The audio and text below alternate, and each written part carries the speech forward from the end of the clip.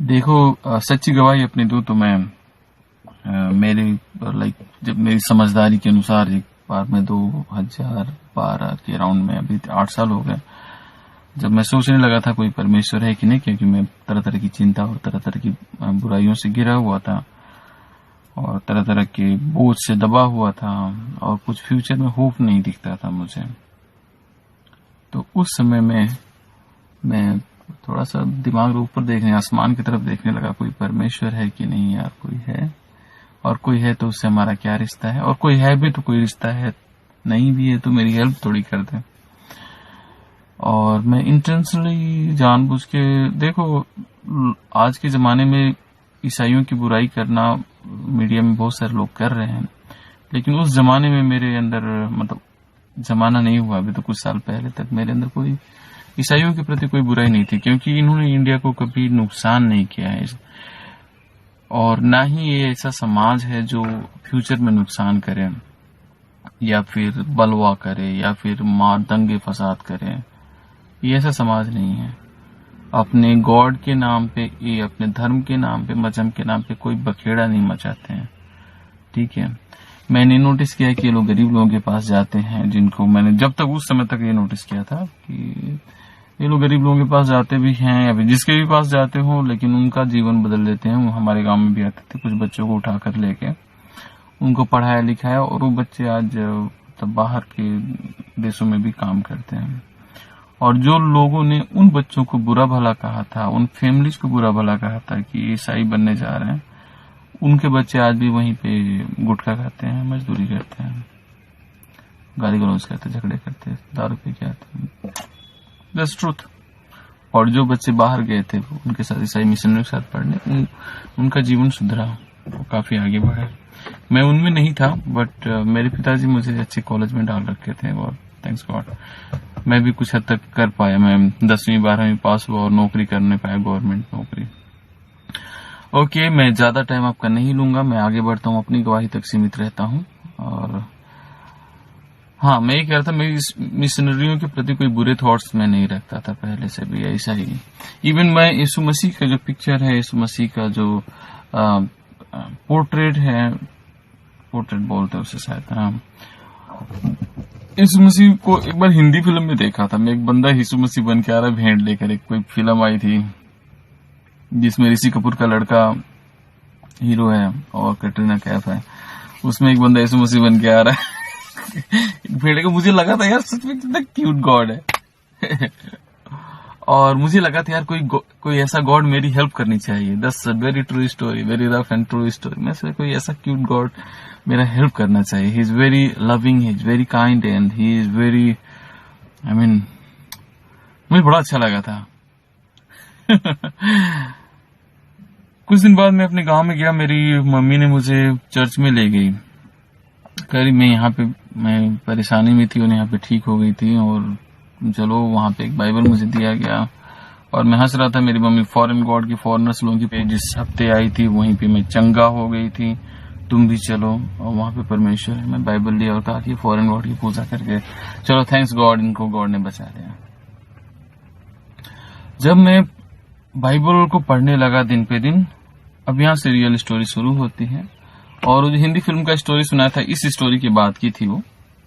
और जब मैं गॉड ढूंढने लगा था, उससे मम्मी की स्टोरी 6 महीने पहले की है, जब मम्मी मुझे चर्च ले गई थी, बाइबल दिलवाया था। लेकिन बाद में मैं थोड़ा खुद से ढूंढने लगा था। हिंदी फिल्म में एक एक्टर को देखा था मैंने कि वो यीशु मसीह बना। मुझे यीशु मसीह बहुत अच्छे लगे थे उस दिन। फिर उसके बाद मैं जब बाइबल को पढ़ने लगा तब मुझे पता चला कि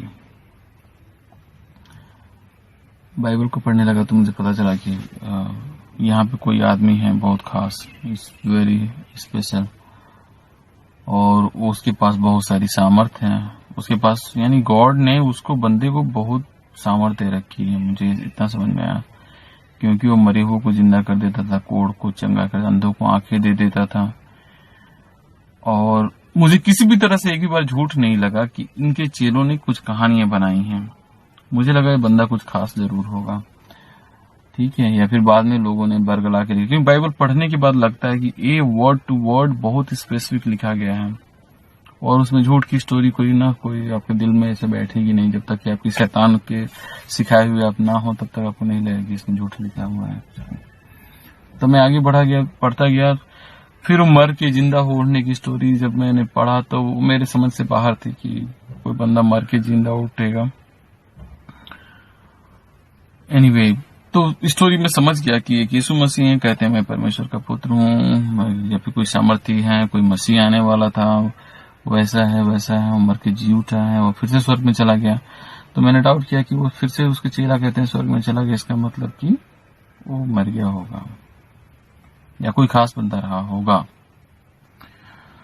अब आगे बढ़ते हैं। जब एक बार मैं थोड़ा सा और अपने जीवन में थोड़ा सा और मैं फील करने लगा, नहीं कोई गॉड है तो यार मेरे सामने आए यीशु मसीह, तो यार समझ में नहीं आ रहा कुछ, कोई रियल में कोई गॉड है धरती और आकाश का बनाने वाला है कि नहीं।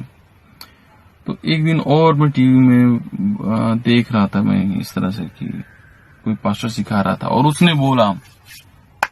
उस पास्टर ने बोला कि यहोवा के लिए कौन सा काम बहुत कठिन है, यहोवा के लिए कौन सा काम बहुत कठिन है। तो उस सुबह संडे की सुबह थी और जब उसने बोला कि यहोवा के लिए कौन सा काम बहुत कठिन है, मैं चाय पीते पीते देख रहा था। मुझे 1 मिनट में समझ में आ गया कि यहोवा परमेश्वर है, उसके लिए कोई भी काम कठिन नहीं है और वो मेरे लिए सारे अच्छे काम करना चाहता है। और मैं जिस बोझ से जिस परेशानी से दबा हुआ हूं, जिस थॉट से मैं आज दबा हुआ हूं, जिस प्रेशर में दबा हुआ हूं, सारे प्रेशर हटाए जाएंगे मेरे लिए, क्योंकि यहोवा के लिए कोई भी काम कठिन नहीं है। एक सेंटेंस में मैंने सारे कई पैराग्राफ समझ लिया और मैं समझ गया कि यहोवा परमेश्वर है। और मेरे अंदर, मेरे हृदय में, मेरे बॉडी में, मेरे शरीर में, मेरे दिमाग में, मेरी आंखों में कुछ हुआ। मैं रोने लगा था उस समय, मुझे लगा कि कुछ हुआ है, कुछ ऐसा कभी फीलिंग कभी मैंने जीवन में नहीं पाया था। लोग इसको कहते हैं पवित्र आत्मा का टच है।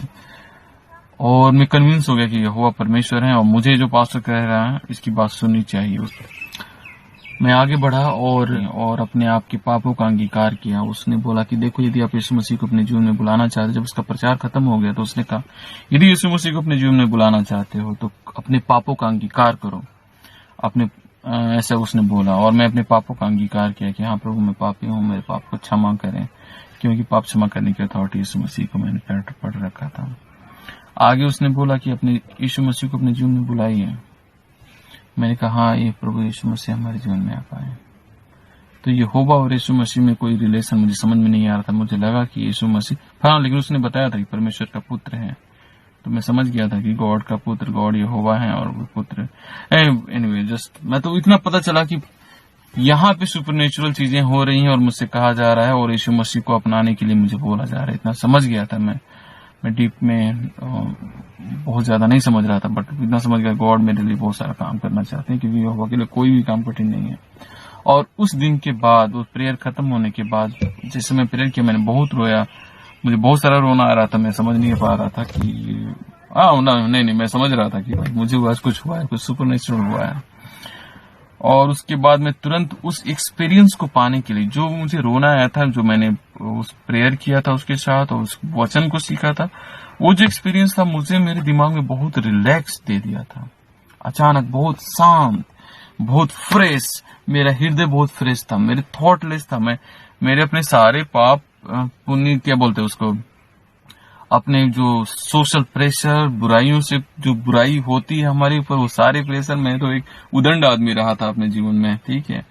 और उन चीजों को 1 सेकंड में भूलकर और बिना कामयाब, नौकरी में होते हुए भी अपने आप को मैं कामयाब कुछ भी नहीं समझता था, अपने आप को कुछ वर्थ नहीं समझता। कुछ पढ़ता था, लिखता था तो मेरी चीजें याद नहीं होती। मैं घमंड तो करता था कि मैं सामर्थ्य आदमी हूँ, लेकिन मैं एक्चुअल में वो चीजें कर नहीं पाता था। मैं नहीं समझता था बहुत ज्यादा कि यीशु मसीह कौन है। पर उस मिरेकल टच के कारण, उस आत्मा के टच के कारण, और मैं धीरे धीरे आगे बढ़ने लगा, उसमें धीरे धीरे आगे बढ़ने लगा। और मैं हर दिन बाइबल पढ़ा, हर दिन समझा, चर्च गया, और कई साल हो गए। धीरे धीरे अपनी बुराइयों को धीरे धीरे प्रेयर करके छोड़ता गया, हर एक दिन छोड़ता गया अपनी बुराइयों को। कुछ बुराइयां मेरे से हमेशा अटैच रहती थी, पर फिर भी परमेश्वर की आत्मा, जितनी बार मैं बात करता था, बाइबल पढ़ता था, उतनी बार मुझे टच करती थी।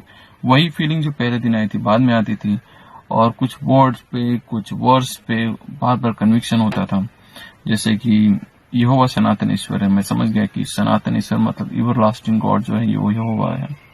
मुझे किसी के समझाने की जरूरत नहीं थी। यीशु मसीह ने जो चमत्कार किए थे उस पर मुझे कॉन्विक्शन आया कि चमत्कार तुम्हारे जीवन में, लोगों के जीवन में आज भी परमेश्वर कर सकता है। ये कॉन्विक्शन आया कि भाई जैसे जैसे मैं फ्यूचर में बाइबल पढ़ा उसमें पता चला कि यीशु मसीह प्रथम, अंतिम और जीविता है। उसमें लिखा है कि अधलोक और मृत्यु कुंज मेरे ही पास है, मैं प्रथम, अंतिम और जीविता हूँ। सर्वशक्तिमान परमेश्वर, मैं समझ गया था कि यीशु मसीह सर्वशक्तिमान परमेश्वर है और मुझसे बातचीत करते हैं, उनकी आत्मा मुझसे बातचीत करती है। मैं कोई अदर टंग में बात नहीं कर पाता था, जैसे लोग क्रिश्चियन लोग कहते हैं। मैं बिलीव करता हूँ फ्यूचर में मैं अदर टंग में भी बात करूंगा, लेकिन पवित्र आत्मा का टच मेरे ऊपर था और मैं समझ गया था कि यीशु मसीह परमेश्वर है। बाइबल में मैंने पढ़ा कि जिनको पिता खींचता है वही मेरे पास आ सकता है। होली स्पिरिट ने कन्विक्ट किया कि तुमको पिता ने खींच लिया है। जब मैं यिर्मयाह किताब पढ़ रहा था तो उसमें लिखा हुआ था कि गर्भ में डालने से पहले मैंने तुम्हारा अभिषेक किया और बाहर निकलने से पहले ही, माता के गर्भ से बाहर निकलने से पहले ही मैंने तुझे प्रॉफिट नियुक्त किया। तो ये सब बातें, या यहोवा का अभिषेक है तू, तो ये सब चीजें जितनी बार मैं पढ़ूं उतनी बार स्पिरिट मुझे कॉन्विक्ट करती है। और इसलिए बिना किसी डाउट के मैं समझता हूं कि बाइबल का परमेश्वर ही सारी दुनिया का परमेश्वर है, धरती और आकाश का बनाने वाला। जब मैं योना किताब पढ़ा तो उसमें लिखा हुआ था कि मैं इब्री हूं और इब्रियों का परमेश्वर जिसने जल और स्थल दोनों को बनाया है उसी का भय मानता हूं। तो मैं उस दिन मेरे को होली स्पिरिट ने कन्विक्ट किया, पवित्र आत्मा ने कन्विक्ट किया, तब मैं समझा कि इब्रियों का परमेश्वर बहुत ही स्ट्रांग रूप से मुझे कन्विक्ट किया कि इब्रियों का परमेश्वर जल और स्थल का बनाने वाला परमेश्वर है। और धीरे धीरे जो मेरी साइंटिफिक थॉट थी वो धीरे धीरे पीछे होती गई और मैं समझ गया कि परमेश्वर जल और स्थल का बनाने वाला कोई है। और आज के दिन, आज 8 साल हो गए, धीरे धीरे मैं बिना किसी डाउट के, बिना किसी मतलब अदर थॉट के मैं जानता हूं कि यहोवा परमेश्वर है, यीशु मसीह परमेश्वर स्वयं है, परमेश्वर के पुत्र हैं। मनुष्यों को कोई और नाम नहीं दिया गया जिसके द्वारा हम उद्धार पा सकें, और केवल ये उसी का नाम है जिसके द्वारा हमारा उद्धार होता है। और यीशु मसीह में ही पापों की छुटकारा होती है, अर्थात उसके लहू से हमारे पापों का उद्धार होता है, छुटकारा होता है और उद्धार होता है। ये सब चीजें मैं दिन पे दिन सीख गया हूं क्योंकि आत्मा ने मुझे कन्विक्ट किया है।